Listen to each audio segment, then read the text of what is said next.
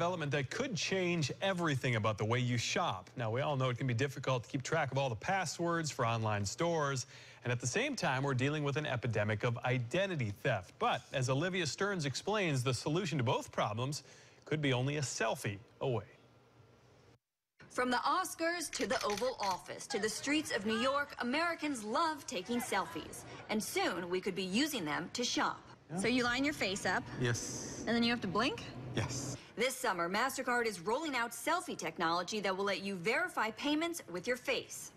And with online fraud rampant, up 32% last year, cybersecurity experts say selfies could be a solution.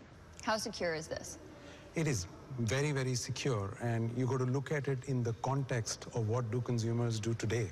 People keep very dumb passwords. Here's how it works. Instead of typing in a password, you take a picture of yourself. Facial recognition software scans your eyes, nose, and mouth. Blink once to prove you're alive and well, and with a click, you're verified. You're not going to forget your face like you forget a password. And it's easy to do. Our phones have cameras. Those who've tried it overwhelmingly say selfies are more convenient than passwords and more secure. Selfies are just one example of biometrics, technology that measures our physical attributes.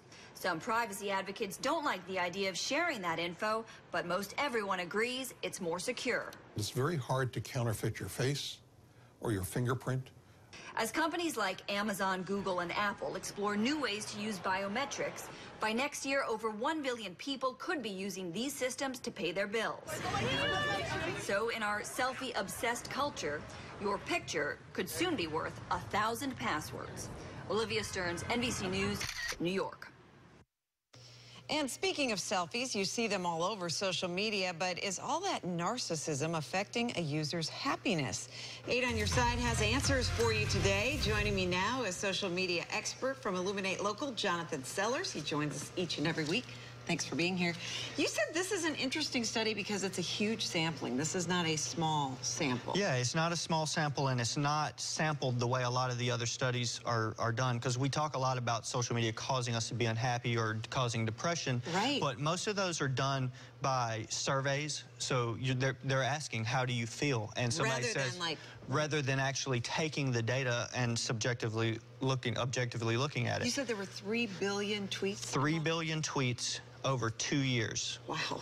So basically what they did is the University of Iowa, they developed an algorithm so they could identify what people were tweeting about and consistently what are they saying over time. Right. And so then they were able to determine if someone is satisfied with their life, they're happy with their life. What they saw is that when a negative event or something is happening in the world that's causing people stress, that yes, that does cause stress on the short term, but then over time, if you're satisfied with your life, you're satisfied with your life. So social media is not impacting the long term, but short term. Short term is affecting your mood more than your actual overall satisfaction. Any other interesting findings? Yeah, you know, what they saw is that they could see someone, they could pick out words. So if someone's not satisfied, they were using more words like hope, should, or would. Oh. And then also if someone during the time period went from satisfaction with their life to becoming less satisfied, they saw that there were trends and that certain words became used more and more often.